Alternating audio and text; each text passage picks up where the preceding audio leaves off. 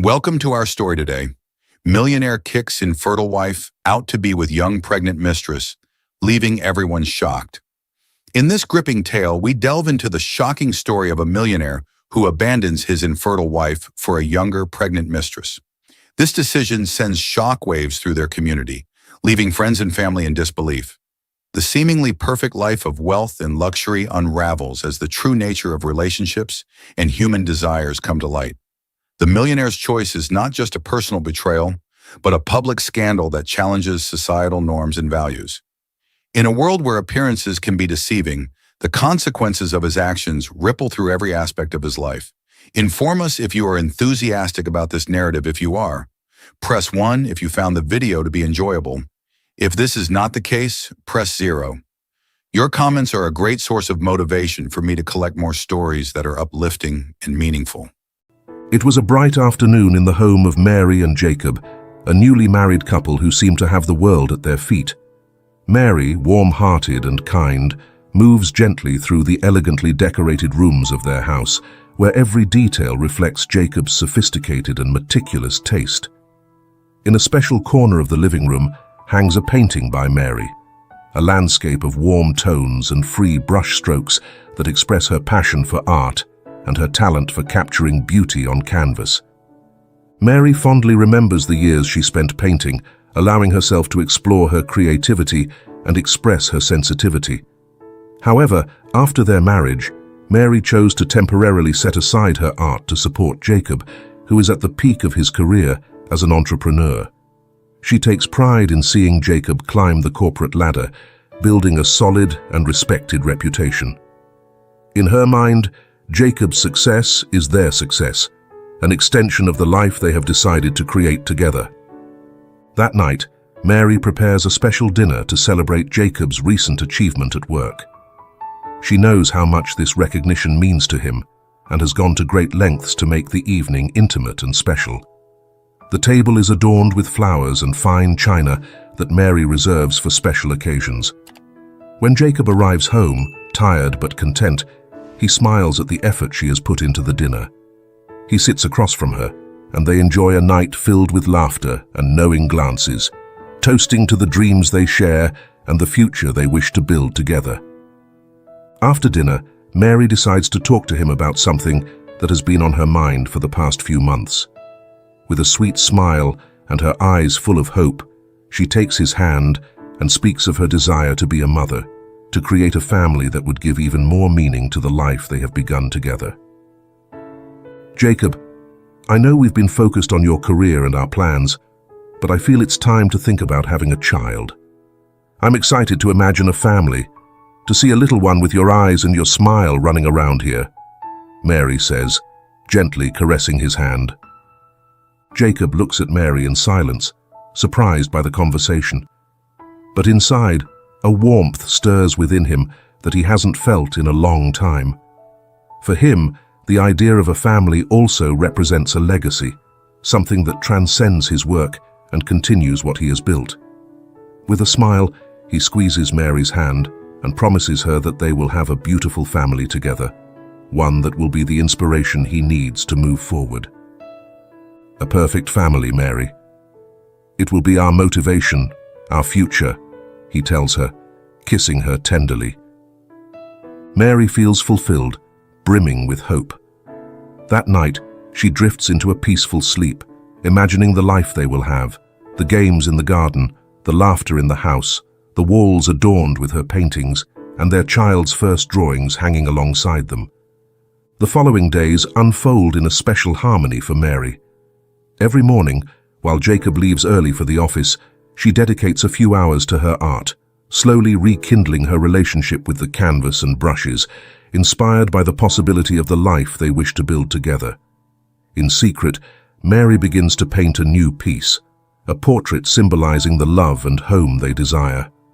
She feels that each brushstroke is a promise and a seed of hope for the future. However, the first shadows start to appear. Despite her enthusiasm, days pass without Mary becoming pregnant. At first, she keeps her spirits high, believing it's just a matter of time. Jacob, in his rare free moments, reassures her that everything will happen at the right time, but Mary notices how his tone grows increasingly brief and distant when the subject comes up. Jacob avoids discussing it in depth, excusing himself with work and the rising responsibilities of his position, which Mary interprets as an act of patience. Still, Mary decides to keep her fears to herself, holding on to the hope and promises they made. When she feels anxious or discouraged, she seeks refuge in painting, convinced that somehow they will manage to create the family she longs for. Mary and Jacob's relationship continues with apparent normalcy. Dinners remain intimate occasions, though Mary begins to perceive a subtle distance in Jacob. He seems more absorbed by work, caught in a constant need to do more and be better. Mary tries to ignore the dark thoughts that creep in, telling herself they are just moments of anxiety and that soon her dreams of having a family will become reality. But deep down, something begins to crack, an imperceptible fissure that, unbeknownst to them, will mark the beginning of a profound change in the life they have planned together. While she holds on to hope for a family, the love that brought them together starts to wobble, threatened by the secrets and frustrations that will soon surface. Mary and Jacob had been trying to have a child for several months. At first, Mary took it calmly, trusting that pregnancy would come in its own time. But with each month that passed without results, anxiety slowly began to creep in. The idea of having a family, of watching a child grow, had become increasingly important to her, a yearning that filled her thoughts at every moment. One morning, after another negative test, Mary decided to talk to Jacob about her concerns. That conversation took place in the kitchen while he hurriedly checked emails on his phone and sipped coffee before heading to the office. With a nervous smile and an emotionally charged look, Mary confessed that she felt something was wrong and that they might need to consider seeing a specialist. Jacob, without looking at her too much, assured her that everything would be fine and that they just needed a little more time. However, Mary sensed a hint of impatience in his tone, which made her feel that her fears weren't really shared. Still, Jacob agreed to accompany her to a fertility clinic. Mary felt a mix of hope and nervousness as they waited in the reception area. The sterile atmosphere of the clinic, with its white walls and cold lights, didn't help calm her anxiety. As he sat next to her, Jacob was busy on his phone, replying to work messages, while Mary sought calm by flipping through magazines on the coffee table, though her mind couldn't focus on anything. All she could think about was what was to come, the possible results of the consultation. Finally, they were called into the office. The doctor, with a kind face but serious eyes, reviewed their tests and studies with an expression that Mary couldn't decipher. She spoke to them about the complexity of the process, the odds, and the possible treatments. Mary listened to every word with a mix of hope and fear, while Jacob occasionally nodded, keeping his eyes fixed on the doctor. However, when he heard that Mary's chances of conceiving were minimal, he felt as if the world was crumbling around him. On the drive home, Mary could barely hold back her tears. She gazed out the car window, trying to process the news, searching for a corner in her mind where it all made sense. Jacob remained silent, one hand on the wheel and his gaze fixed on the road. Mary's hand trembled slightly, wishing he would take it, wishing he would comfort her. But Jacob stayed distant, trapped in his own thoughts. When they finally arrived home, he glanced at her for a moment, muttered that he needed to make some calls, and disappeared into his office, leaving Mary alone with her pain. In the following weeks, Mary tried to cope with the emptiness of that news, balancing hope and resignation.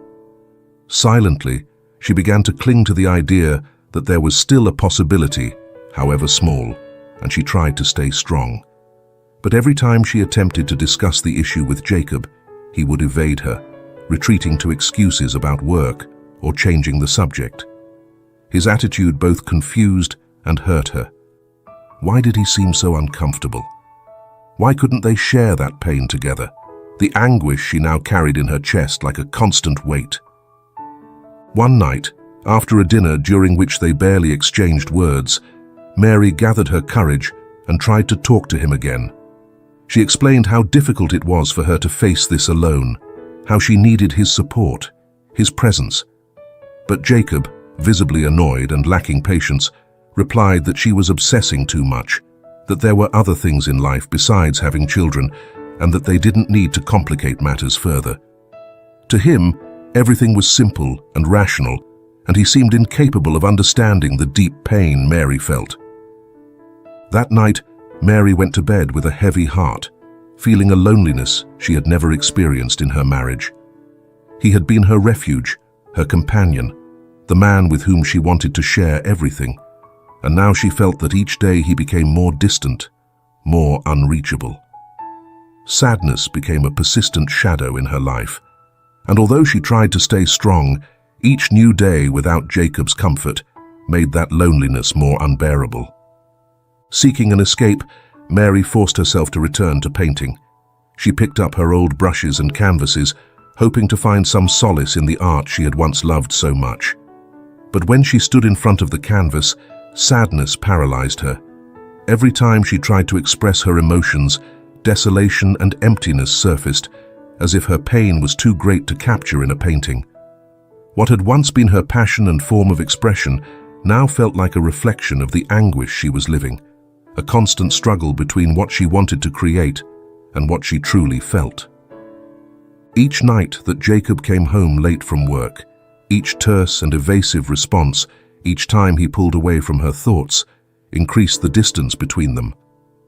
Mary wandered the hallways of the house alone, gazing at the paintings she had created in the early years of their marriage, where her love for Jacob and her hope for the future had been captured in vibrant colors and confident strokes. Now, those paintings seemed foreign, faded, as if they were echoes of a life that no longer belonged to her. The days turned into a succession of uncomfortable silences and moments of solitude. Mary began to feel that her marriage, once a refuge that filled her with hope, was crumbling irreparably.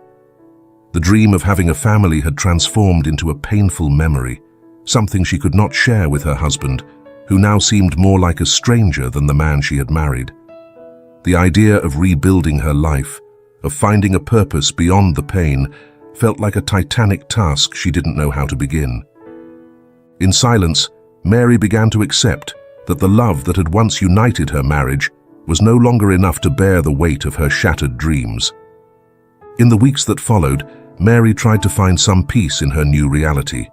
Despite the growing distance between her and Jacob, she kept alive the hope that somehow they could overcome this loss together. She still dreamed of the idea of a family, and although every conversation with him on the subject was a closed door, Mary didn't want to give up. Finally, one summer night, she gathered all her courage and decided to talk to him about the possibility of adoption. That evening, after dinner, Mary waited for the right moment. The atmosphere in the living room was calm. The soft light from the lamps filled the space with warmth, reminding her of the early years of their relationship, when every corner of the house felt infused with the love they shared. Mary took a deep breath and, in a soft tone but filled with expectation, addressed him. "Jacob, I've been thinking a lot about this. I know the process has been difficult for both of us, but what do you think about adoption? Maybe we could form a family that way." Jacob looked up from his phone, not hiding the look of disgust on his face. His eyes, which had once been warm and full of affection toward her, now reflected a hardness Mary didn't recognize.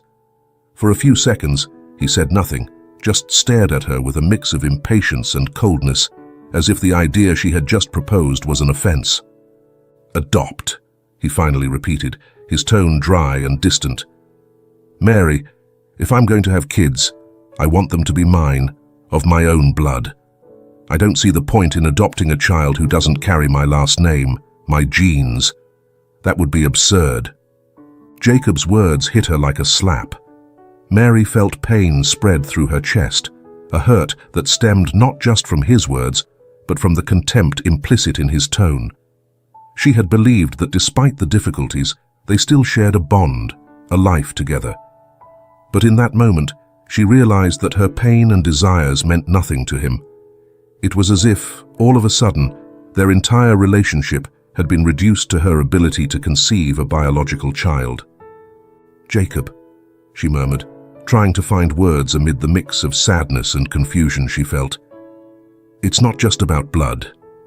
It's about love, about giving a child a chance, about building together the family we always wanted." But Jacob seemed unmoved. With a coldness that chilled her soul, he turned away and focused back on his phone, closing the topic with a single phrase. "I'm not interested in raising a child who isn't mine, Mary.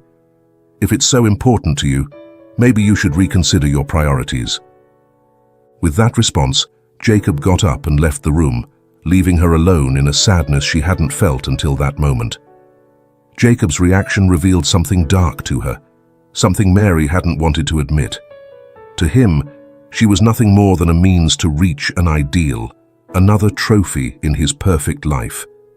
The vision he had of her and their relationship was conditioned by her ability to fulfill that expectation of having a biological family. That night, Mary cried silently, wondering when they had lost that deep connection she thought they had. Everything seemed so superficial and empty, and every word from Jacob echoed in her mind like a sentence. "If it's so important to you, maybe you should reconsider your priorities." In the following days, Mary tried to find comfort in her own activities. She knew that Jacob was increasingly immersed in work, arriving home late every night, and when he was home, they barely exchanged a few words. Mary tried to reignite the spark in her life by returning to painting, but every time she sat in front of the canvas, pain and emptiness paralyzed her. The joy she once felt in creating had vanished, replaced by an uncontrollable sadness that seemed to have contaminated everything she loved. Soon, her attempts to connect with Jacob became futile. It was no longer just the coldness or distance, it was the absolute indifference with which he treated her. Mary began to spend more time alone at home, surrounded by her memories, clinging to the few happy moments she still held in her memory, as if those fragments of happiness could somehow heal her present. However, with each passing day, the pain deepened, and the home that had once been her refuge turned into a place filled with shadows and solitude. One night, after another failed attempt to talk to him about their relationship, Mary realized she could no longer pretend that everything was okay. The love and understanding that had once bound them had faded, leaving only an empty shell of what their marriage had been. The distance she felt was so great that even when they were in the same room, Jacob felt like a stranger to her, someone who shared her space but not her life. Mary began to notice small details reflecting the change in Jacob. Long nights at the office became more frequent, and he started to pay less attention to household matters. His excuses for being late no longer sounded genuine. Sometimes he didn't even bother to give them. The coldness he showed her made her feel increasingly insecure and alone. Despite everything, Mary tried to ignore the signs. Perhaps, she told herself, Jacob was going through a personal crisis, a moment of tension in his professional life, and needed time to find his own balance. Maybe, in some way, their relationship could still recover. But deep down, she knew something else was happening, something she didn't want to admit. With every distant gesture, with every night spent alone in the silence of her home, Mary understood that the love they once shared was fading, that the distance between them had become an almost insurmountable chasm. One night, after a long day of solitude, Mary made her way to the bedroom with a mix of sadness and resignation. As she walked down the hall, she caught a glimpse of the paintings she had created in the early years of their marriage. Each image, every brushstroke, reminded her of the excitement and happiness she had felt at the beginning, when she dreamed of a shared life full of love. Now, those paintings seemed to reflect only the echo of a broken hope, a dream that had gradually turned to ashes. Upon entering the bedroom, Mary looked at the empty bed and sighed. She lay down silently, hugging the pillow in an attempt to find comfort as sadness enveloped her. With tears in her eyes, she remembered the promises they had once made, the plans for a family, the laughter and dreams that seemed so real. Now, everything felt like it had vanished, and the sensation of loss was so overwhelming that she could barely breathe. In that darkness, Mary realized something deep and painful. The man she had once loved was no longer by her side. What had once been a love filled with promises and dreams had become a lonely burden, a cold and hopeless reality. The home they had built together had transformed into a silent prison, where the memories of what once was only served to remind her of what would never be again. With that revelation, Mary closed her eyes, letting the tears flow freely. Jacob's late nights at work had become almost a constant in their lives. He spent more and more time away from home, immersed in meetings, company events, and business dinners that, at least in his perception, offered him the energy and validation he needed. That particular night, a gala dinner organized by the company seemed to provide an opportunity for him to disconnect from the problems he was so desperately avoiding at home. He dressed meticulously, his suit impeccable, and left the house without hardly saying goodbye to Mary, who was left alone once more, watching his figure fade away at the threshold.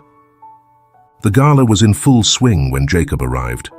The room sparkled with dim lights, guests mingled amidst laughter and lively conversations, and the atmosphere was infused with a vitality that Jacob felt he had lost long ago.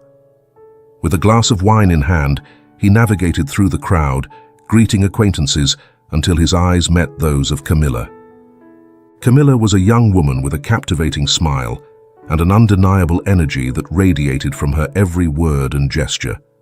She worked in the marketing department and had become a constant presence in the company meetings over the past few weeks. Jacob was intrigued by her freshness, the way her laughter lit up the room, and especially the genuine admiration she showed for his work. That night, Camilla was radiant. Upon seeing him, she approached with a smile. "Jacob, I didn't expect to see you here so soon. How are you?" she asked, looking at him with a mixture of admiration and curiosity. Jacob, surprised by her proximity, felt a slight dizziness. His attention, usually scattered and focused on 1,000 things at once, zeroed in on her. The conversation flowed naturally, and soon they found themselves talking not only about work, but also about their interests, dreams, and what success meant to each of them. Camilla listened attentively, something Jacob hadn't experienced in a long time. In her presence, he felt understood, valued, and filled with an energy he thought he had lost. Hours passed quickly. At some point, amid laughter and shared glances, Camilla lightly touched his arm while they spoke. Jacob felt the touch like a jolt, a reminder of something he had been subconsciously seeking: connection, recognition, something that had vanished from his relationship with Mary. With every gesture from Camilla, every shared laugh, he became convinced that this moment was a breath of fresh air from his real life, an escape from the exhausting routine and the emptiness he felt at home. The gala continued, but in a corner of the room, away from the noise, Jacob and Camilla seemed to inhabit their own world. The complicity transformed into a physical and emotional closeness, into an intimacy neither of them had initially intended. Amid laughter and whispered words, Camilla looked at him in a way Jacob couldn't ignore. It was a silent invitation, a crossing of lines he had long imagined, but had been too afraid to step across. However, that night, the barrier between fantasy and reality faded. It was a fleeting moment, an instant that changed everything between them. Camilla, with her seductive smile and confidence, seemed to offer him a kind of salvation, a reminder that he could still feel something intense, something that could pull him away from the emptiness. From that night on, Jacob knew he had crossed a line from which there was no return. In the following weeks, the relationship between Jacob and Camilla ceased to be merely professional. Lunches and meetings they shared turned into private encounters, excuses to spend more time together. Camilla's presence was an escape from reality, a refuge where Jacob could feel desired and admired. In his mind, he justified his actions, convincing himself that he too deserved happiness, that what he was doing was a way to fill the voids that Mary could not. At the same time, the distance with Mary became an unbridgeable abyss. If before Jacob had been cold and distant, now he barely spoke to his wife. The few conversations they had were brief, almost monotonous, and filled with uncomfortable silences. Mary, although aware of the growing coldness, tried not to confront that silent truth. She convinced herself that Jacob was merely going through a tough phase, that perhaps the burdens of work had consumed him. However, each night he came home late, each time he found an excuse not to be there, doubt grew within her, transforming into a silent certainty she could not ignore. One night, Mary decided to stay awake waiting for him. Sitting on the living room sofa, she hugged herself, trying to calm the mix of anguish and anxiety that engulfed her. She knew there was something Jacob wasn't telling her, a truth that lay between them, and that, no matter how much she tried to ignore it, was as tangible as the silence that now reigned in their home. Minutes turned into hours, and when Jacob finally came home, the silence was absolute. He was surprised to see her there, sitting in the dim light, her eyes heavy with sadness and something he hadn't expected: courage. Mary didn't need words to convey that she knew, that she had felt every absence, every distance he had imposed between them. Although she didn't dare to confront him directly, deep down, Mary understood that something had broken irrevocably. Jacob's betrayal, though unspoken, was something she had already sensed. From that night on, Mary began to isolate herself further in her pain, clinging to memories of what her marriage had once been, to the happiness they had once shared. Meanwhile, Jacob, immersed in his relationship with Camilla, barely noticed the devastation he had left behind. The house that had once been a warm and welcoming home was now a cold and desolate place, filled with memories Mary couldn't escape, but that filled her with deep, heartbreaking sadness. With each new excuse, with each implicit lie, Mary convinced herself that she had lost him. She knew that the person who had once been her husband had changed, that he was no longer the man with whom she had dreamed of having a family. The distance between them was a barrier she couldn't cross, and the certainty that Jacob shared his most intimate moments with someone else devastated her. Jacob, trapped in the illusion of a renewed life with Camilla, hardly noticed Mary's pain. He had sunk into a bubble where only his own needs and desires existed, convinced that his pursuit of happiness was valid, even if it meant leaving Mary behind. Each time he returned home, he found a space filled with silence that he preferred to ignore, an emotional absence he had chosen not to face. That night, in the darkness of her bedroom, Mary realized that the bond that tied them together was broken in a way that perhaps could never be repaired. The certainty of Jacob's betrayal became an unbearable burden for Mary. Though each night she tried to convince herself that they could still find a way out, reality hit her hard every time she saw him walk through the door without barely looking at her, every time he averted his gaze, as if her presence were more of a nuisance than a comfort.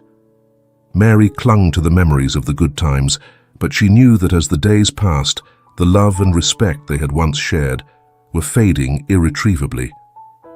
One night, Mary decided to confront the situation once and for all. She had reached a point where she could no longer endure Jacob's silence and coldness, nor could she pretend that what they had could be salvaged with a simple conversation. She waited late into the evening in the living room, sitting in the armchair, her heart racing and her breath held. The clock struck 11 when she finally heard the sound of the door. Jacob entered without paying her much attention, as if he didn't notice her presence in the living room. Hearing his footsteps, Mary felt a mix of anxiety and determination. When he saw her sitting there, she looked at him with an expression of sadness, but also of bravery. The silence was almost palpable as they locked eyes, and in the dim light of the living room, Mary felt that she finally needed to give voice to everything she had kept silent. "Jacob," she began, her voice firm even though her heart raced, "I want you to be honest with me. I know there's something you're not telling me, and I need to know the truth." He stopped, visibly surprised, as if he hadn't expected Mary to confront him in that way. Jacob let out a sigh, and for a few seconds, the silence became so dense that it felt like they were both sinking into it. Mary did not look away. She did not back down, determined to hear what he had to say, even if the answer hurt her. "Is there another woman in your life?" she finally asked, her calm hiding the whirlwind of emotions consuming her inside. Jacob, trapped and with no way out, looked away, avoiding her eyes. There was no way to evade the truth. For the first time in a long while, he felt exposed, vulnerable, unable to pretend that everything was fine.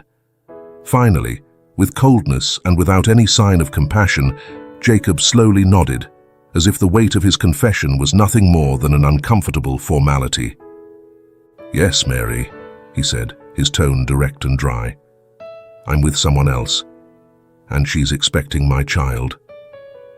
Mary felt the ground crumble beneath her feet. Those words were a blow she never imagined receiving from the man who had been her life partner. But Jacob wasn't finished. With an attitude that left her speechless, he continued, as if he wanted to close that chapter of his life without looking back. "She can give me what you couldn't, Mary. For me, this means having a family, continuing my legacy, something that you couldn't do," he added, with a harshness Mary didn't recognize, a hardness that revealed a part of him that had remained hidden until that moment. Jacob's words were so cruel that Mary felt as if her chest was shattering into 1,000 pieces. Tears began to stream down her face, but she didn't move. She didn't look away. Though her heart was broken, she forced herself to stay strong. With a choked voice, she tried to appeal to the years they had shared, to the moments when they had been happy. "Jacob," she murmured, trying to find something in his gaze, any sign of remorse or compassion. "Please, think about what we've lived together. This can't be the end. Give me a chance." But Jacob did not seem moved. The coldness in his face was almost inhuman. Far from showing any hint of remorse, he looked at her with a mix of disdain and annoyance, as if her words were a nuisance he was no longer willing to tolerate. For him, the decision was made. The Mary he once loved was now just an obstacle in his new life. "There's nothing to save, Mary," he declared harshly. "I want you to leave. I'll give you a few days to pack your things. There's nothing left between us worth rescuing." The devastation on Mary's face was evident, but Jacob didn't glance back. He turned and walked upstairs, leaving her alone in the living room, with the echo of his words resonating in the emptiness of the house. Mary stood there, motionless, absorbing the weight of the betrayal, the coldness and indifference with which he had treated her. She had not only lost the man she loved, she had lost the life they built together, the hopes, the dreams of a family. In the following days, Mary began to pack her belongings in silence. She roamed every corner of the house that had once been her home, feeling as though she were bidding farewell to a life that no longer belonged to her. Every object, every photograph, every piece of furniture reminded her of the happiness they had once shared, the years of love that now seemed distant and unreal. Tears were a constant companion as she touched the paintings that hung on the walls, the works she had once created with love, now appearing faded, as empty as her soul felt. One afternoon, while she was gathering her things, her sister Sophia arrived to help her. Mary, emotionally exhausted, fell into her sister's arms as soon as she saw her. Sophia's embrace was a comfort amid the storm. Her sister understood that what Mary was losing went beyond a marriage. It was a part of her life, of her identity, of her hope. "You're not alone, Isa," Sophia whispered, tenderly stroking her hair. "We'll get through this together. You're going to rebuild your life." With patience and love, Sophia helped her pack, giving Mary the support she so desperately needed. In silence, they filled boxes with memories, with pieces of a life Mary was leaving behind. When everything was ready, they headed to Sophia's house, where Mary found a temporary refuge in which she would try, step by step, to rebuild her world.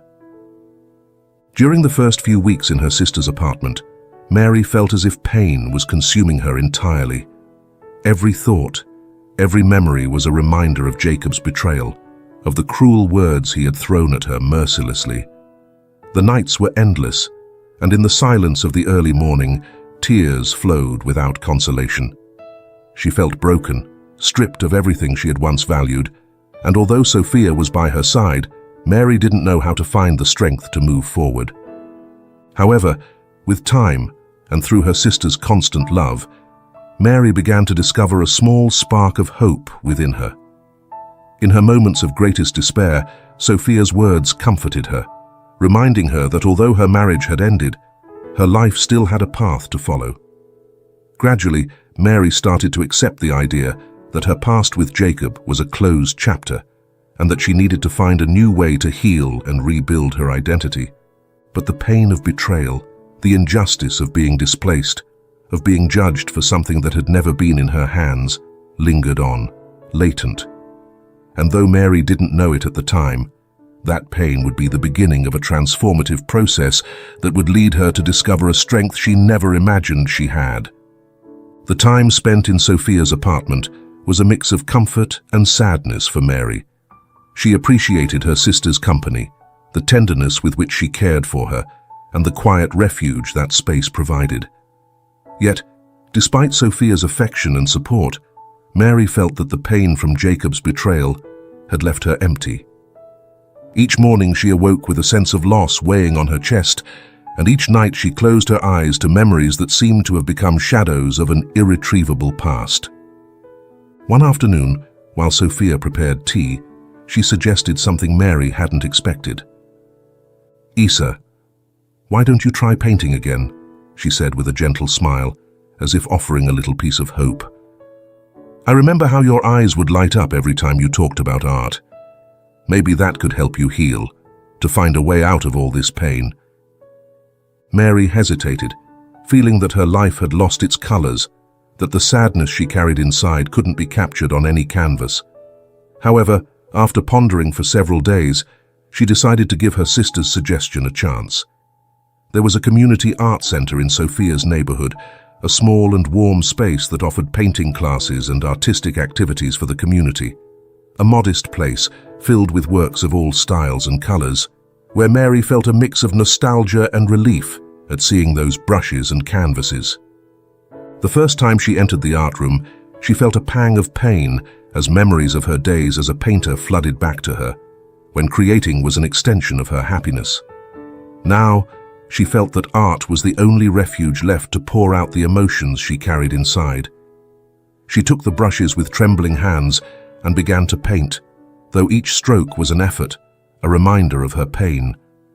The first pieces she created were reflections of her suffering, filled with dark strokes and muted colors, but in each of those canvases, she found a subtle relief, as if the pain she had held for so long began to dissipate little by little. As Mary attended the center, she was offered the chance to teach painting to children, something she accepted with a mix of nerves and hope. At first, she felt insecure, but soon discovered that the company of the children was an unexpected joy. Each class became a space of healing, a place where Mary could share her love for art while finding the peace she so desperately needed. The children, with their energy and laughter, reminded her of the beauty of simple things, the purity of creating without fear or judgment. It was in one of those classes that Mary met Diego and his son Luke. Diego was a calm-looking man, with a kind gaze who always accompanied his son to painting classes. Luke, an 8-year-old boy with a thoughtful and reserved expression, initially appeared shy, observing everything around him with a mix of curiosity and caution. Mary noticed that there was something in Luke's way of looking that reflected a special sensitivity, a perception of the world that seemed advanced for his age. Little by little, Mary gained Luke's trust. In one of the classes, she asked the children to paint something that made them happy. While the other children filled their pages with colors and abstract shapes, Luke drew a scene that moved Mary. It was an image of a family, a man and a woman standing together with a child between them.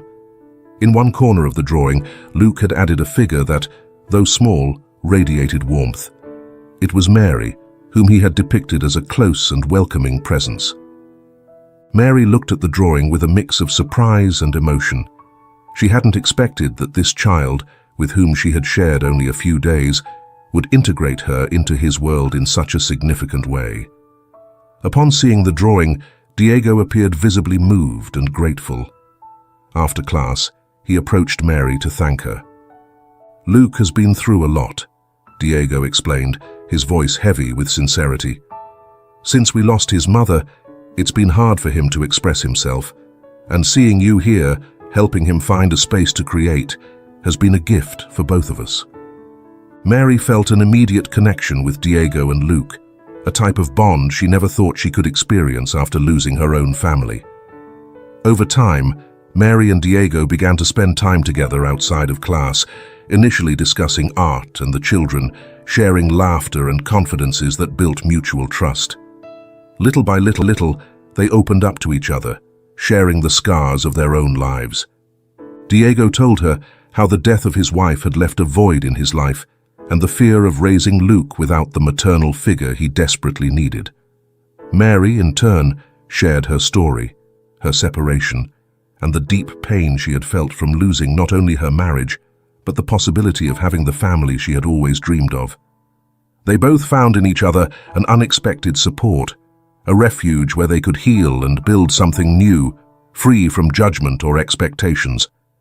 Each encounter strengthened the bond they shared, and slowly, Mary began to experience renewed joy.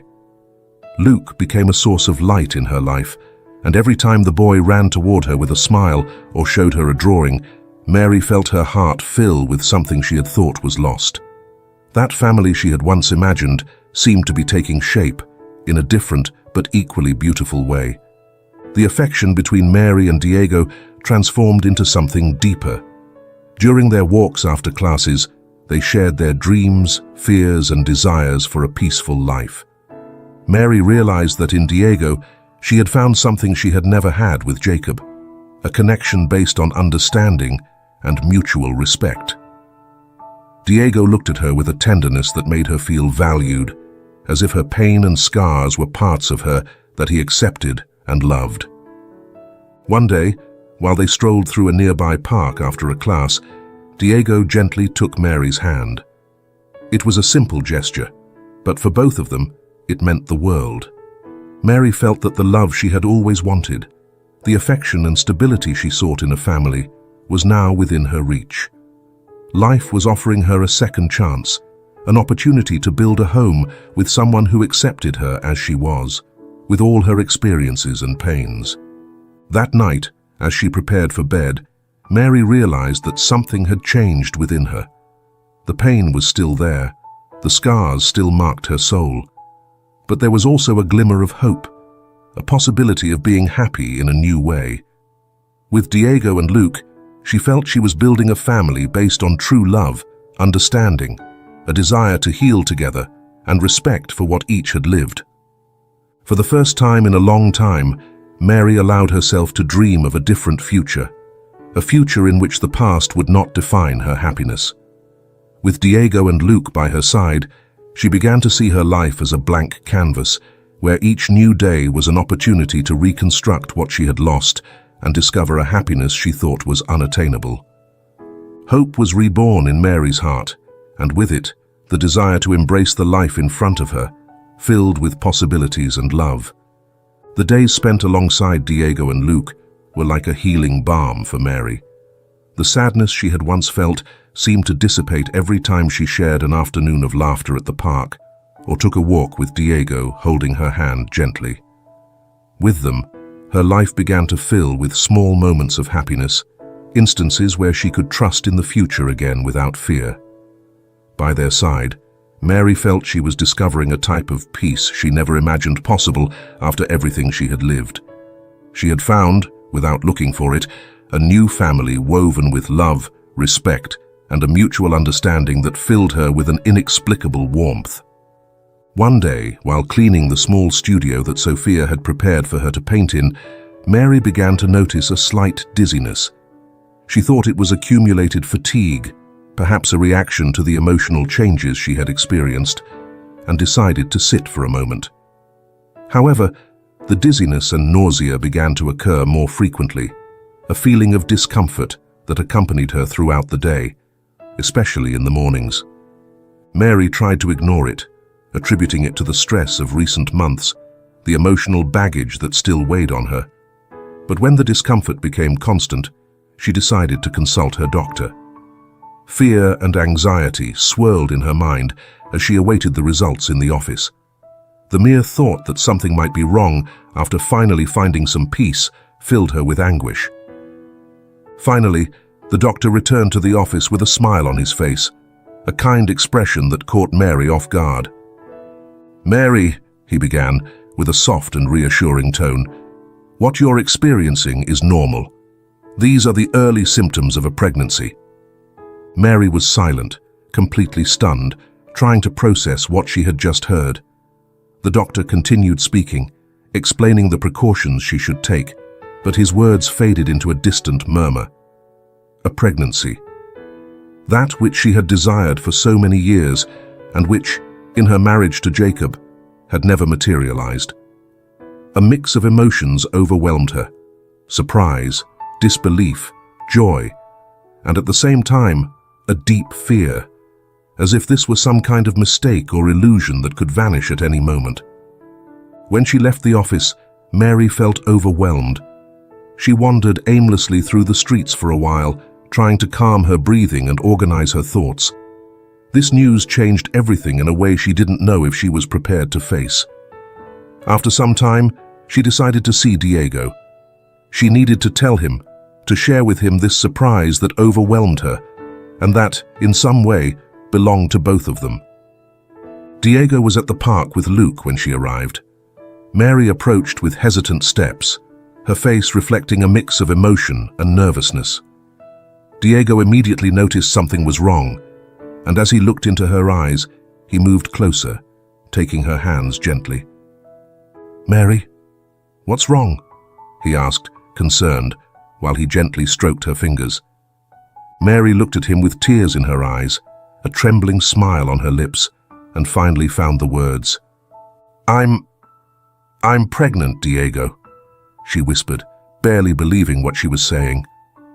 Diego looked at her with a mixture of surprise and joy on his face. For a few seconds, they remained silent, processing the news. Then Diego hugged her tightly, his arms surrounding her in a gesture that conveyed both support and love. Mary felt a wave of emotions envelop her, an unexpected peace that she could only find in his arms. Luke, who was watching from nearby, looked at his father and Mary with curiosity and joy, not fully understanding the moment, but sensing that something important had happened. That day marked a turning point in Mary's life. As she returned home with Diego, they talked extensively about the future that lay ahead of them, about the family they were forming, and how this new baby would change their lives forever. Mary felt a mix of joy and vertigo. For years, she had accepted the idea that motherhood would not be possible for her, and now, in an unexpected twist of fate, that possibility was being reborn, opening up a world of emotions that she could barely comprehend. However, as the days passed, that initial joy began to mingle with a series of questions and doubts. Mary recalled the years of pain and frustration in her marriage to Jacob, all those diagnoses and treatments that had convinced her that she could never be a mother. The idea that perhaps her infertility wasn't real, that maybe Jacob was the one with the issue, began to gain strength in her mind, generating a mix of relief and bitterness. Finally, unable to bear the uncertainty, Mary decided to undergo additional tests. She needed to understand how it was possible that she was pregnant now, when for years she had been told her body could not conceive. After several tests and consultations, the doctors gave her an answer that left her breathless. "You have no fertility issues," the doctor explained with a compassionate expression. "In fact, it seems that you never had difficulties conceiving. Sometimes, in these cases, it can be that one of the partners has issues. Perhaps your ex-husband Jacob had some problem." Mary listened to those words in silence, feeling a mix of disbelief and sadness. The years of suffering, of feeling inadequate, of enduring Jacob's indifference and cruelty, now seemed so unjust, so unnecessary. All the pain and tears she had shed, all the moments she had blamed herself, were the product of a lie, a distortion that should never have been her burden. Mary felt a sudden release, as if by knowing that truth, she could finally let go of the guilt she had carried for so long. However, Mary couldn't shake a twinge of bitterness. The image of Jacob, his harshness, and the coldness with which he had blamed her for not being able to conceive, still echoed in her memory. But now, alongside Diego, with the baby they were expecting, Mary realized she didn't want to allow the past to define her future. She decided that she would not live anchored in resentment, that her life, her family, would not be marked by the pain left by Jacob, but by the love she had found with Diego. With that resolution, Mary began to embrace her new life with a sense of gratitude and peace. Each day spent with Diego and Luke made her feel more whole, more certain that she was where she was meant to be. The months passed, and the relationship between them strengthened further, forming a family unit that provided her with a sense of belonging and security she had never experienced. Diego was a loving, patient, and protective man, accompanying her every step of her pregnancy, ensuring she lacked for nothing and constantly reminding her of how important she was to him. Luke, who eagerly awaited the arrival of his little brother, began expressing his joy through drawings and letters he made for the baby, decorating the house with his creations filled with love and color. Mary saw in those gestures the reflection of the family she had always dreamed of, a family built on acceptance, love, and mutual respect. As Mary prepared to welcome the baby, she also resumed her art classes, this time with a renewed perspective. Now her works had a different light, a brightness that reflected her healing process and her path toward a new life. In every stroke, in every color, Mary captured the strength she had found within herself, the resilience of having reborn after so much pain. One afternoon, while painting in the studio, Diego entered and stood silently watching her. Mary looked up and smiled at him, and he approached tenderly, caressing her belly and feeling the baby's movements. "You have no idea how grateful I am that you are in my life," Diego whispered, his gaze filled with love. "You are the best thing that has happened to us, to me and Luke." Mary, moved, took his hand and squeezed it gently. She felt that her life had taken an unexpected turn, that true love and the peace she had long sought were finally within her grasp. With Diego and Luke and the baby on the way, Mary knew that her past was behind her. She had overcome the pain, found the courage to start anew, and was now ready to embrace a life full of love and fulfilled promises. In that stillness, feeling Diego's warm presence and the gentle movement of the baby, Mary knew she had found her home. A home built on true love, a love that embraced her with all her wounds and scars, and that, unlike everything she had lived before, was meant to last. Years later, Mary's life had blossomed in a direction she never imagined. Her relationship with Diego had become a refuge where each day she found love, support, and the peace she had longed for. Now married and living together, they shared a life filled with harmony and the little moments Mary had always dreamed of. Alongside Luke, who had grown up happy and full of enthusiasm, and their little son, their home was the epicenter of laughter, games, and a sincere love that reminded Mary daily that the pain of the past was behind her. Motherhood brought Mary indescribable joy. From the first moment she held her baby in her arms, she felt that the last corner of her heart, the one that still held the wounds of the past, had healed completely. Diego, who was a loving and patient father, supported her every step of the way, sharing in the parenting journey and enjoying the family life they had built together. Luke, with the protective spirit of an older brother, helped care for the baby with a tenderness that filled Mary with pride.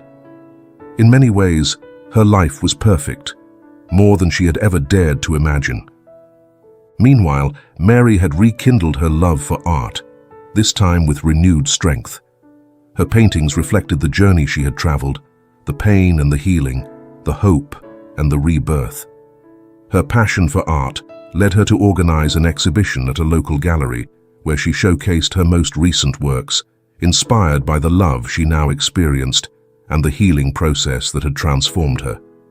Each painting told a part of her story, and every stroke represented an emotion she had learned to embrace. On the night of the exhibition, the gallery was filled with visitors and curious onlookers admiring her works, while Mary, radiant and happy, welcomed them alongside Diego and their children. For her, this exhibition was not just a display of her art, but a testament to her strength, to her ability to rebuild and find peace after pain. Attendees admired her paintings, some commenting on the depth of her strokes and the vibrant colors that reflected a journey of emotions.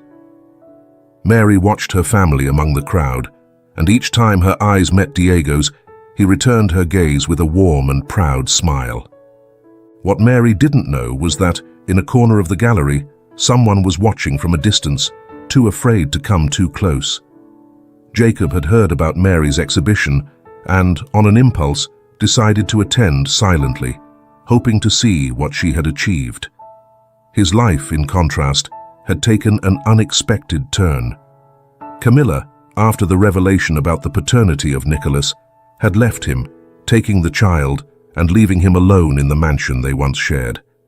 In that home, filled with empty memories and unfulfilled promises, Jacob lived a solitude that consumed him day by day. Over time, Jacob had been forced to face the consequences of his decisions. The mansion that had once symbolized his success now felt desolate and cold, a constant reminder of what he had lost due to his pride and ambitions. Days had turned monotonous, a meaningless routine that even professional success could not fill. Finally, in a desperate attempt to find some purpose, he decided to create a foundation dedicated to helping vulnerable children, an act of redemption that, while not repairing the damage he caused, offered him some peace. But none of that eased the weight of regret he carried in his soul. Years after losing Mary, he understood that she was the only person who truly loved him, who offered him a home, a life filled with love and meaning.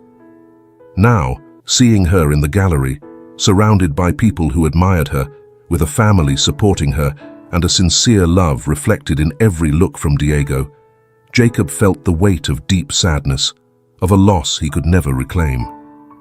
He watched Mary from a distance, not daring to approach, as she moved with a serenity and happiness he had never seen. The Mary before him was a fulfilled, strong and confident woman, someone who had found her purpose and built an authentic and happy life. In silence, Jacob understood that there was nothing he could do to change the past, and that any attempt to approach her would only serve as a reminder of the wounds he had inflicted. Finally, Mary noticed him. Their eyes briefly met, and Jacob, feeling the weight of his mistakes, nodded slightly, as if silently asking for forgiveness. Mary looked at him for a few seconds, and although her expression was calm, her gaze reflected the acceptance of a closed chapter. With a gentle gesture, she returned a slight smile of courtesy, a silent goodbye that conveyed both forgiveness and the confirmation that her life had moved on. Jacob felt it was his cue to leave. Silently, he exited the gallery, aware that he had lost the only person who truly mattered to him. His life, filled with material successes, lacked the love and meaning it once had with Mary. As he crossed the threshold, he understood that she had found the happiness he denied her, that her family and peace were in a place where he no longer belonged. As Jacob walked away, Mary turned her attention back to her family, to the love surrounding her, and knew she had closed the last chapter of her past. Diego, having noticed that brief exchange of glances, gently squeezed her hand, reminding her that he was by her side, supporting her every step of the way. Mary, grateful, looked at Diego and her children, feeling that, at last, her life was complete. The night continued in the gallery, laughter and conversations filling the space, as Mary shared her story through her works. Each painting was a reflection of her journey, a reminder that pain and rebirth could coexist and give rise to something beautiful. The attendees congratulated her, admiring her talent and the story of overcoming that each piece reflected. Mary felt fulfilled, surrounded by people who valued her, and above all, enveloped in a family she had built from love and understanding. When it was time to head home, Mary, Diego, Luke, and their little son walked together to the car. Luke, excited, talked about the paintings he liked the most, while Diego smiled, listening to his son's exuberance. Mary looked around, observing her family with a mix of gratitude and peace, aware that she had found the happiness she had always sought. The night was cool and tranquil, and in the silence of the journey back, Mary felt that for the first time in her life, she was where she had always wanted to be. Back at home, as everyone prepared for bed, Mary lingered for a moment in the studio, contemplating the blank canvas before her. It was her next project, a new work in which she wanted to capture not only her story, but also the peace and love she now felt in every fiber of her being. As she held the brush in her hands, Mary realized that life had given her a second chance, that her family, her art, and the love she had found were the most precious gifts she could have received. That night, as she lay down beside Diego, surrounded by the cozy silence of their home, Mary closed her eyes and smiled. She felt that at last she was at peace with her past, that every decision and every tear had led her to this moment of fulfillment. The home she had dreamed of, that space filled with love, laughter, and respect, was right there beside her, and she knew that despite all the wounds and scars, she had been reborn, had found her true essence, and had created the life she had always desired. Mary slept that night with a calm heart, knowing that her story was complete, that she had found true love, and that despite the obstacles, she had triumphed on the path to happiness. The camera, in that final shot, slowly pulled away from her home, showing a picture of a fulfilled life and the peace of a woman who, after much pain, had discovered the power to heal and to love fully. And so we come to the end of this thrilling story. Thank you for joining us on this journey filled with emotions, transformation, and second chances. Mary's story reminds us that although we face difficult moments and painful losses, there is always the possibility to be reborn, to find peace, and to discover true love. If this story touched your heart, we invite you to subscribe to the channel and turn on notifications so you don't miss our upcoming stories. Every week we share tales filled with inspiration, love, and resilience to remind us that we can all find a new beginning. Don't forget to like and share this video with those you think might need a little hope. We would love to hear in the comments what parts of the story moved you the most, or what lessons you take with you. Thank you for being here and being part of this community. We'll see you in the next video. Until next time, may you always find the courage to keep moving forward.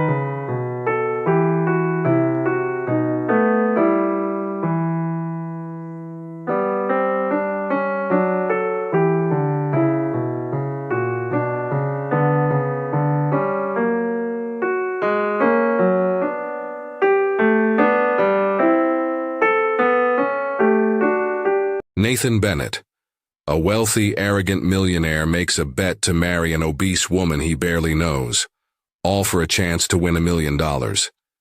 But what starts as a game quickly spirals into a life-altering journey he never saw coming. Nathan Bennett thought he was always in control. His life was a series of victories, from boardroom battles to romantic conquests. When his friend challenged him to marry someone completely outside his type for a massive payday, Nathan was intrigued.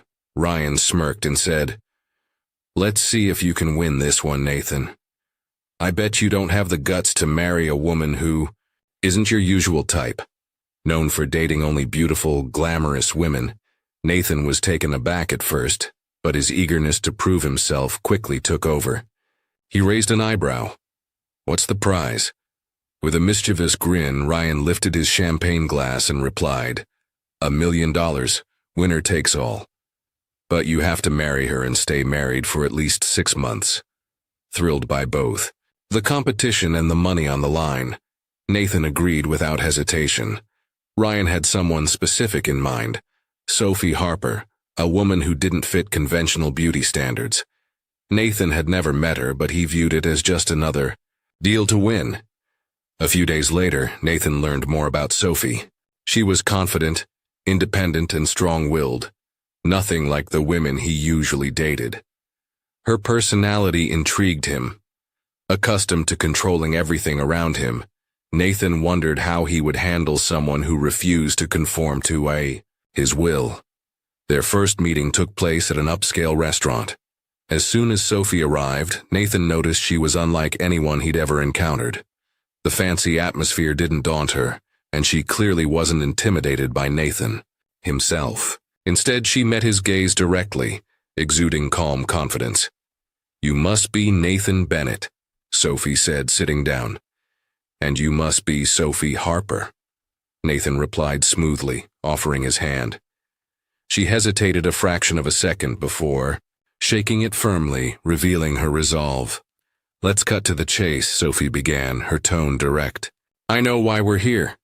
I know about the bet, the terms, and the conditions." Nathan was surprised by her bluntness, but he kept his composure. "And you still agreed to meet," he said, curious about her motivations. Sophie paused briefly before responding. "Let's just say I have my reasons. I'm not naive, Nathan. 6 months may seem short, but a lot can change in that time. If you think you can manipulate or control me, you're mistaken." Nathan smiled. Sophie posed a far greater challenge than he'd anticipated, and that only made him more determined.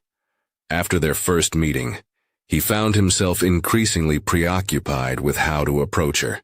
He was used to running the show, but now it felt like Sophie had her own game plan.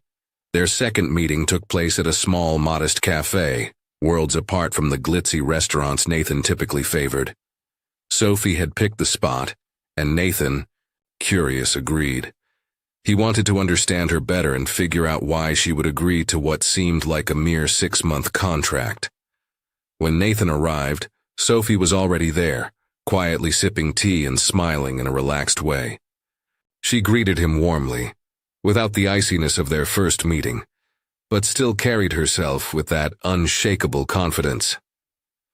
"I thought you preferred 5-star restaurants," Sophie teased as Nathan took a seat. "Sometimes it's good to break the routine," he replied, attempting to sound casual, though he felt slightly out of his depth in this unpretentious setting. They exchanged small talk for a few moments, but Sophie cut to the chase. "If we're really going through with this, I want to make a few things clear. I'm not interested in your money or your luxurious lifestyle. 6 months is 6 months, and I plan to walk away exactly as I came in." Nathan studied her closely. He believed she meant every word. Sophie was not someone who saw marriage as a means to climb the social ladder. "So, what do you want, Sophie?" Nathan asked, genuinely curious. "Freedom," she answered without hesitation. "Even though we're entering into this arrangement, I'm not going to be controlled by you. I have my own life, and it won't change just because of a temporary marriage." Nathan smiled. It wasn't what he'd expected to hear, but he didn't really care if Sophie wanted her independence. He only viewed the marriage as a formality, to win the bet. All right, he agreed. 6 months and then we go our separate ways. Sophie watched him for a moment, as if testing whether he truly accepted her terms. She had her own plan in mind and was determined to see it through. She knew Nathan might still try to manipulate her, but she trusted her strength to resist. The wedding day arrived quickly.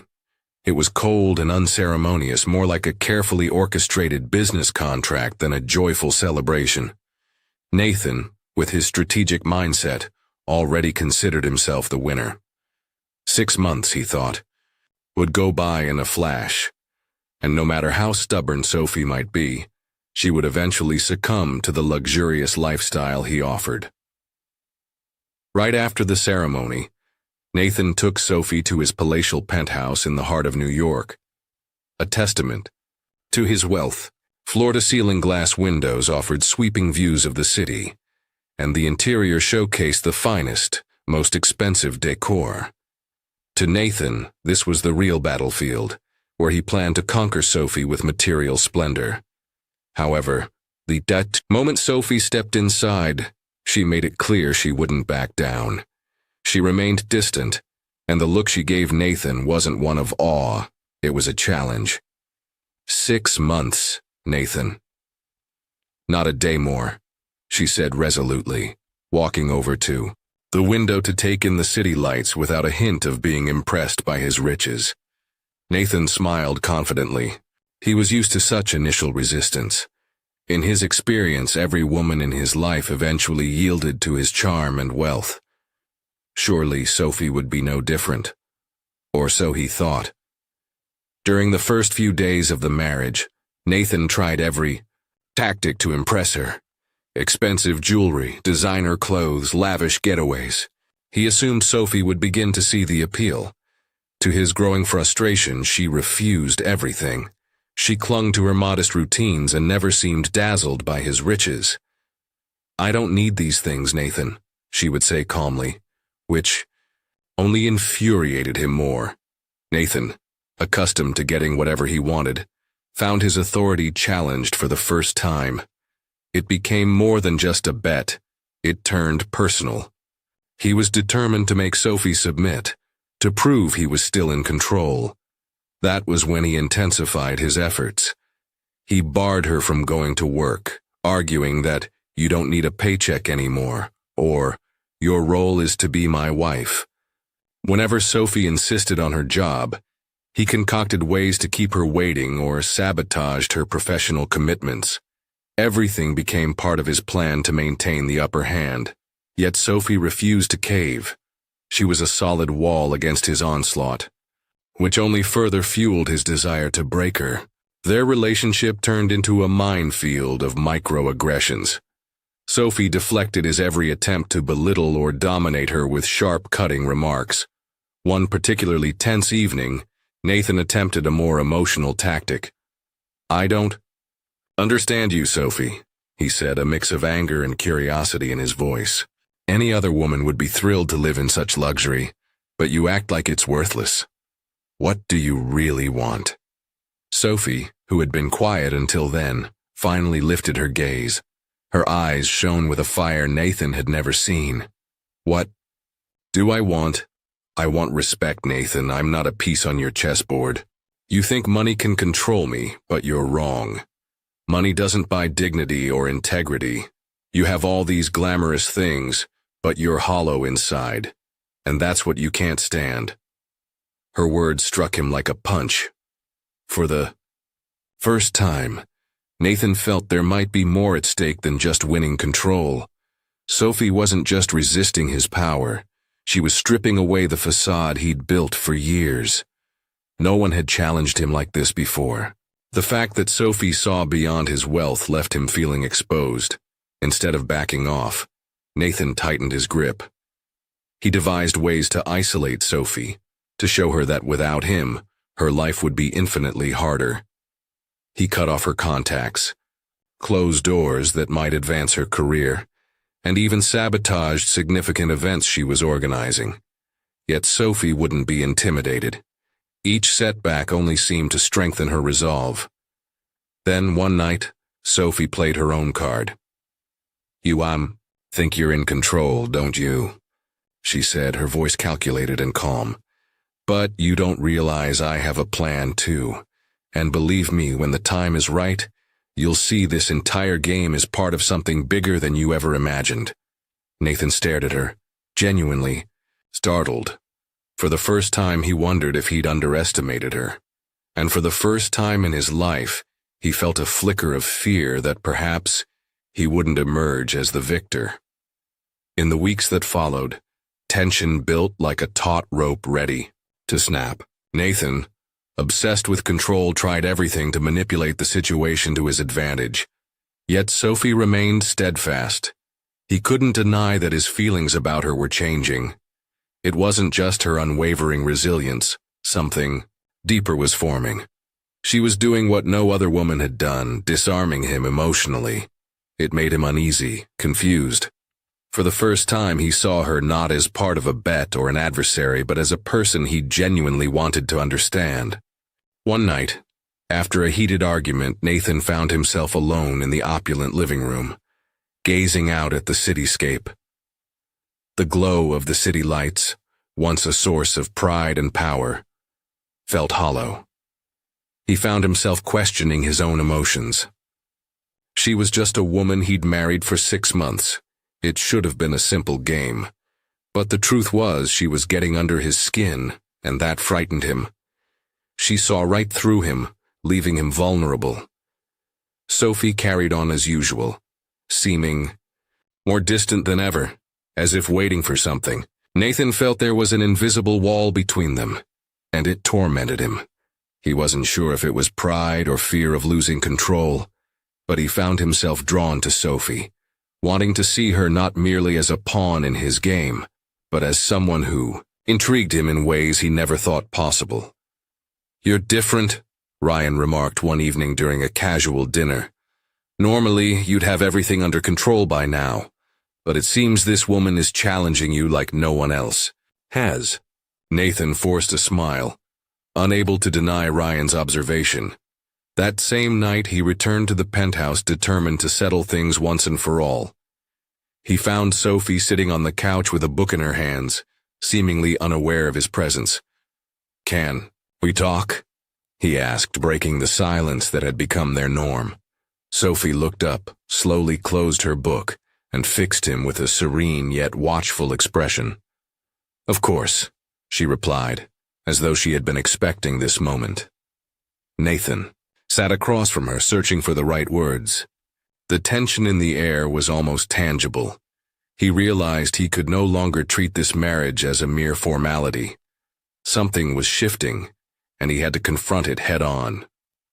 "What are we doing here, Sophie?" he asked, surprising himself with the sincerity in his voice. "This started out as a game, a bet, but now I'm not sure what to think anymore." Sophie locked eyes with him for several seconds before answering, "I'm not playing games, Nathan. Never was. From the start, I agreed to this marriage for reasons that go beyond you. I don't care about the money or your control. I'm here for something bigger, and if you haven't realized that yet, maybe it's time you opened your eyes." A tightness gripped Nathan's chest. It felt like she was revealing a secret he still couldn't grasp, and frustration consumed him. "I know you have secrets, Sophie, but the more I try to understand you, the more I see I'm not in control. And I hate that," he admitted, standing up suddenly, as if the weight of it all was too much. Remaining calm, Sophie rose and walked up to him, stopping inches away. Nathan's heart pounded. "This isn't about control," she said quietly. "You've spent your life trying to dominate everyone and everything. But with me, you'll learn that control isn't always the answer. Sometimes things just need to be what they are." Nathan gazed into her eyes, feeling a connection he had never felt before. For the first time, he truly saw Sophie for who she was, not as a piece in his bet. "What do you want?" he asked, voice subdued, almost a whisper. Sophie gave a mysterious smile that sent chills through him. "I want you to figure that out for yourself, Nathan." With that, she walked away, leaving him alone with his tumultuous thoughts.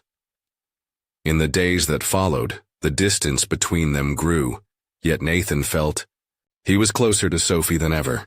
He was fixated on uncovering her true intentions, even as he felt the foundations of his own identity shaking.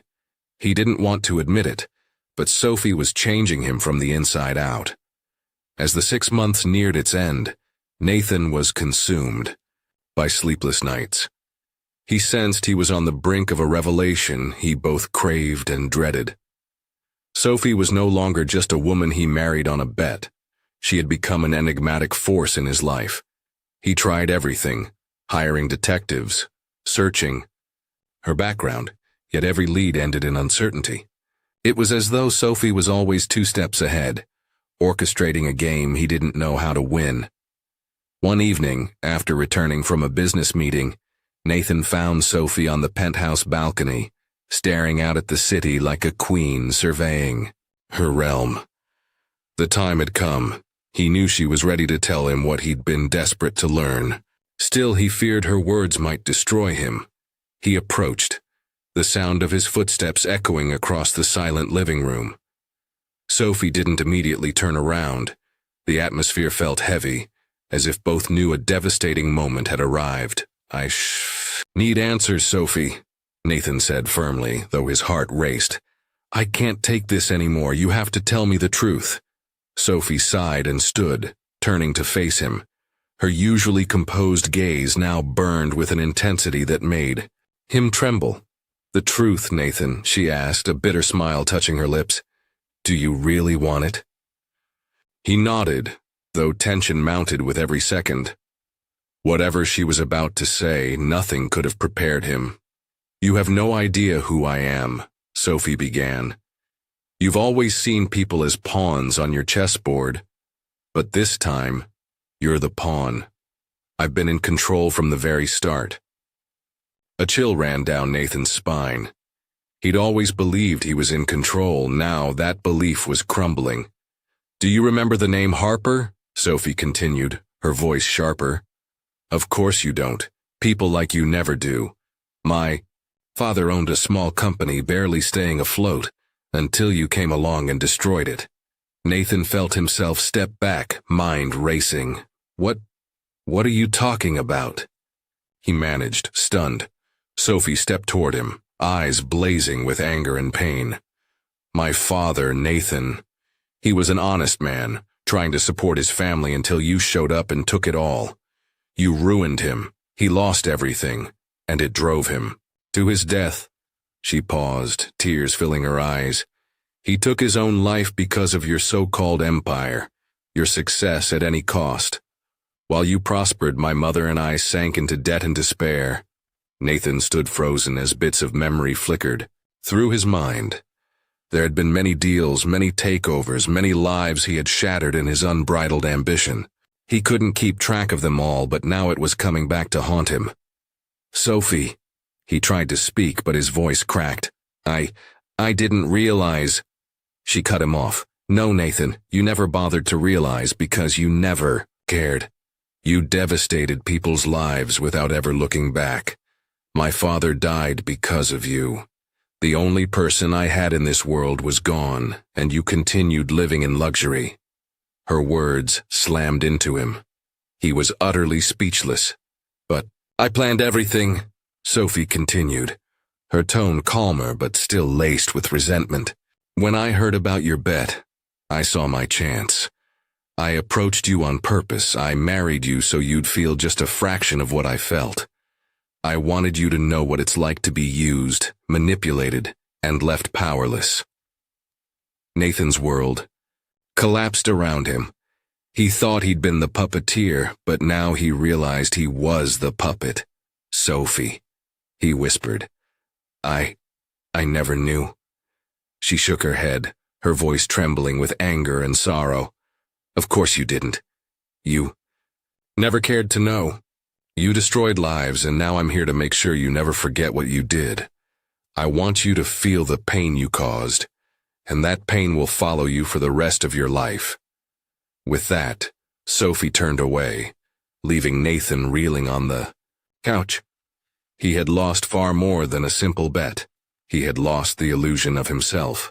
In the days after this revelation, Sophie refused to speak to him. She treated him as if he were invisible in his own home. At breakfast, she sat silently, barely glancing his way. Every time he tried to say something, the words died in the heavy air. For a man who was accustomed to commanding every space he entered, this cold dismissal was excruciating. Her silence alone was an effective punishment. She made sure to let him feel what it was like to be shut out, day after relentless day. Worse still, he began to notice that things at work were going disastrously wrong. Meetings were rescheduled at the last minute. Key projects started failing, and deals he'd worked on fell through for mysterious reasons. He sensed Sophie's hand in all of it, though she never admitted it. She was exacting her revenge in such a subtle, calculated way that only he could see the pattern. Their home life was no better. Sophie grew even more dismissive, often avoiding him altogether. Whenever he did manage to catch her attention, she responded with cold, cutting remarks or veiled contempt. Nathan, who once took pleasure in dominating people, found himself utterly powerless. One evening, he came home after yet another thwarted business deal. Sophie was on the phone, laughing lightly. About him, he realized from the fragments he overheard. When she hung up, he was waiting, desperation etched into his face. "You're tearing everything apart, aren't you?" he asked, anger simmering. "At work here, you're destroying my life." Sophie regarded him without emotion. "Destroying your life," she echoed. "I'm just returning the favor. Don't worry, I won't bankrupt you. That'd be too easy. I want you to feel the losses bit by bit the way I did. I want you to wake up every day knowing things are unraveling because of you." Nathan felt the ground disappear from under his feet. This was a nightmare. He had always won in life. Now he was the victim of a methodical, merciless vengeance. Weeks passed, and Sophie's coldness persisted. She ignored his pleas, and every attempt at apology only led to more scorn or pointed silence. He was trapped in a cycle of guilt and shame, tormented by the reality that he could never undo his past. Finally, late one night, Sophie confronted him with an icy resolve unlike anything he'd seen. She approached him as he sat, hunched over on the couch, and spoke quietly. "Nathan, you stole something from me that I can never get back," she said, her voice calm but piercing. "Now I'm taking something from you, and you'll live with that loss for the rest of your life." With that, she left him alone, with no more words. She didn't have to say anything else. The sentence had already been pronounced, overwhelmed. By guilt and remorse, Nathan sank into despair. But as more time passed, he realized that words alone meant nothing.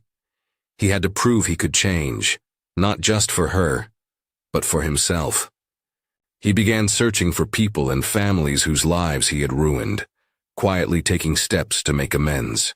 He offered financial restitution and practical support to those who still needed help rebuilding their businesses. Sophie observed from a distance. At first, she remained wary, unsure whether to trust this new side of him. But gradually, she saw that Nathan was genuinely different. He wasn't merely apologizing in words. He was showing real remorse through tangible actions. He was determined to become a better man. One night, when he returned from meeting yet another family he had once crushed, Nathan found Sophie standing on the balcony. The chill in the air mirrored the tense quiet between them, but he walked over and handed her a cup of hot tea. "I thought you might like something warm," he said softly, respectful of her space. Sophie didn't speak at first, but she accepted the tea, eyes still focused on the city below. After several moments, she finally broke the silence. "Why are you doing this, Nathan?" He let out a heavy sigh. "Because I know words alone don't matter anymore. I need to prove through actions that I've changed. And not just for you. For me." The tension between them seemed to ease, if only slightly. Soon after, Sophie unexpectedly asked him to cancel an important meeting. She wanted him to stay with her that evening. Surprised but hopeful, Nathan complied without hesitation. They talked for the first time in weeks about everyday things. It felt normal, even comforting. Sophie admitted she wasn't ready to fully forgive him, but she saw that he was trying, and perhaps that was the start of something new. As time passed, Nathan and Sophie developed a tentative closeness. The 6-month deadline of their marriage drew near, but they were no longer strangers locked in a battle of wills. They shared moments of quiet conversation, even laughter. Slowly, love blossomed, an unexpected outcome for them both. One night, just before the 6-month term ended, Nathan prepared a special dinner. Nervous energy pulsed through him. He had come to realize that he didn't want this marriage, this relationship, to end. After dinner, he drew a shaky breath and said, "Sophie, I know our agreement is almost up, but I don't want it to end. I've fallen in love with you, truly. I want us to continue together for real this time. No bets, no games." Sophie looked at him, clearly moved by the sincerity in his voice. She admitted that she had grown to care. For him too. Neither of them expected it to happen, yet there they were, sitting with genuine feelings between them, no longer bound by any contract. Months later, Sophie began noticing changes in her body, morning nausea and fatigue. A checkup confirmed she was pregnant. When she told Nathan, he was overcome with joy, hugging her as he laughed and wept at the same time. All the past pain seemed to converge into that single moment of new life, new hope. "I want to do this right," Nathan said, understanding the significance of their journey. "I want to marry you again, this time for real. Not because of a bet, but because I love you and want to spend my life with you."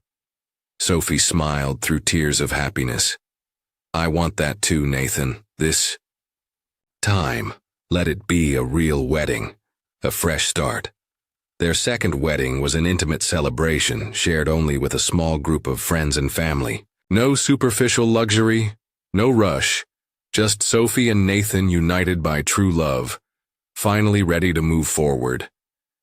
Nathan knew he still owed apologies to many and had a long road of making amends ahead of him. Yet now he had a greater purpose, a new life, with the woman he loved, and a child on the way. This time he was determined to be the man Sophie deserved and the father their baby would need. As they slow danced at the small reception, Sophie rested her head on Nathan's chest and whispered, "Who would have thought it all started with a bet?" Nathan smiled, holding her close. "Who would have thought it'd be the best bet I ever made?" With a future full of love, redemption, and hope, they were ready for the next chapter of their lives. What's your take on this story? Was Sophie right to forgive and marry Nathan? We'd love to hear your thoughts in the comments below. If this story moved you, make sure to hit subscribe for more heartwarming and inspiring tales. Thank you so much for watching.